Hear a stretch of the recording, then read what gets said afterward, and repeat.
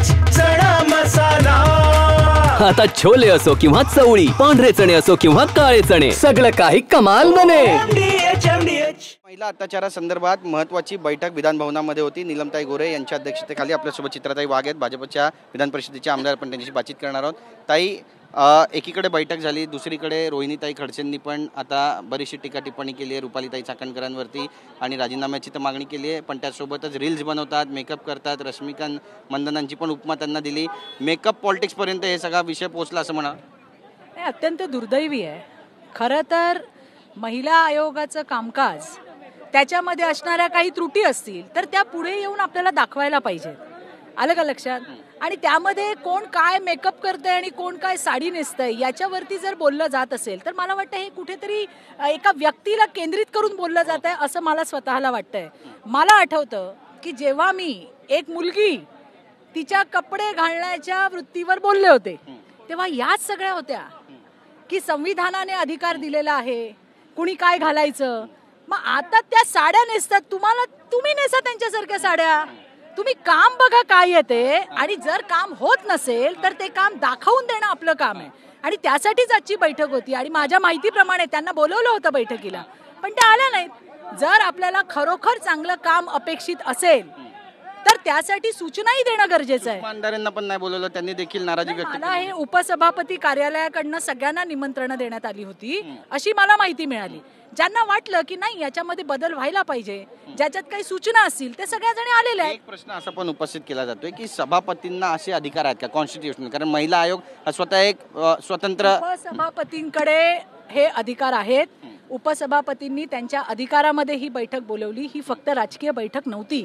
याच्यामध्ये गाव खेड्यातून आलेल्या सामाजिक कार्यकर्त्या सुद्धा होत्या, स्वतः अंजली दमानिया होता, कोरोच्या आमच्या त्या ठिकाणी मुमताज त्या ठिकाणी होत्या आणि बऱ्याच गावखेड्यातून आलेल्या महिला होत्या आणि प्रत्येकीने इनपुट दिले ना, काय असायला पाहिजे, गावखेड्यातल्या महिलांना काय तक्रारी आहेत त्या त्यांनी तिथं मांडल्या। आणि त्यामुळे येणाऱ्या दिवसामध्ये कामकाज आणखीन कसं मजबूत होईल याकडे आपण लक्ष द्यायला पाहिजे, ना की तुम्ही कुणाचे म्हणजे ज्या पद्धतीने साडी आणि मेकअप वरती, म्हणजे मला तर आश्चर्य वाटतं की आपल्याला त्रुटी तुम्हाला ज्या कामामध्ये सुधारणा पाहिजेत त्याच्यासाठी तुम्ही येणं अपेक्षित, तुमचे इनपुट्स देणं अपेक्षित होतं, पण ते न करता हे या पातळीला हे गेलंय, हे खरंच दुर्दैव आहे। नक्कीच, पण आता राजीनाम्याची पण कुठेतरी मागणी होती असं म्हणावं, आणि नाराजीचा सूर होता का या बैठकीमध्ये? अजिबात असला कुठला तुम्हाला मी सांगते सूर नव्हता। प्रत्येकीच्या ज्या काही त्यांना वाटलं की नाही हे असं चांगलं व्हायला पाहिजे, त्या प्रत्येकीने इनपुट दिले ना की तुम्ही असं काम करता, हे असं करू नका, हे असं व्हायला पाहिजे, आणि त्याच्यासाठी त्यांनी पण सकारात्मकता दाखवली। शेवटचं जे झालं की ज्यामध्ये एनजीओजना आपण इन्व्हॉल्व करायला पाहिजे, आणखीन काही वेगळ्या वेगळ्या सूचना दिल्या गेल्या, आणि त्या सगळ्यांचं सकारात्मक विचार करून येणाऱ्या दिवसामध्ये आणखीन महिला आयोग कसा मजबूतीने काम करेल याच्याचकडे आमच्या सगळ्यांचा कल होता आणि प्रत्येकीने तसे इनपुट्स दिले। बरं, ही काय पहिली आणि शेवटची बैठक नाही आहे, अजून बैठका होणार आहेत आणि त्यामध्येही आणखीन इनपुट्स घेतले जातील। विषय फक्त एवढाच होता की महिला आयोगाच्या माध्यमातून महिलांना जबरदस्त अशी ताकद त्या ठिकाणी देण्यात यावी ज्याच्यासाठी महिला आयोग आहे, आणि म्हणून त्याच्यातल्या ज्या काही गोष्टी आम्हाला वाटल्या त्या आम्ही तिथे इनपुट्स दिले। महिला अध्यक्षांना, महिला आयोगाच्या ज्या अध्यक्ष आहेत त्यांच्यावरच अशा पद्धतीने टीका टिप्पणी, लाली, लिपस्टिक, यानंतर साडी, यानंतर रील्स, मी काय म्हणते, कोण करतंय हे मला तुम्ही सांगा। आता ज्या करतायत त्याही महिलाच आहेत, बरोबर आहे। आज समजा असं धरून चला रुपाली चाकणकर नाहीये, तिथे दुसरी कोणतरी बाई आहे, बरोबर, मग तिच्या पण सगळ्या गोष्टींवरती तुम्ही, म्हणजे आता तुम्ही राजकारणात किंवा समाजकारणात काम करताना काय करायचं काय नाही करायचं हे पण तुम्ही सांगणार का? आणि मला असं म्हणायचंय, तुम्ही मला मागच्या वेळेला पाठ शिकवलेत ना अभिव्यक्ती स्वातंत्र्याचे, तेच इथं लागू होतात।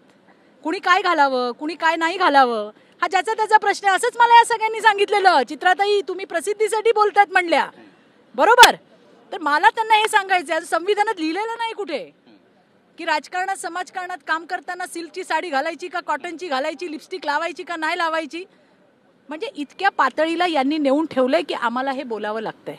हे मी तुम्हाला सांगते, संविधानाचा आदरच आहे, जे लिहिलेलं आहे ते आपल्या सगळ्यांच्या कल्याणासाठी आहे, परंतु अशा पद्धतीने जर महिलेच्या साडीवर, टिकलीवर, केसांवर जर तुम्ही बोलायला लागाल तर काय हो, कुठे चाललाय तुम्ही?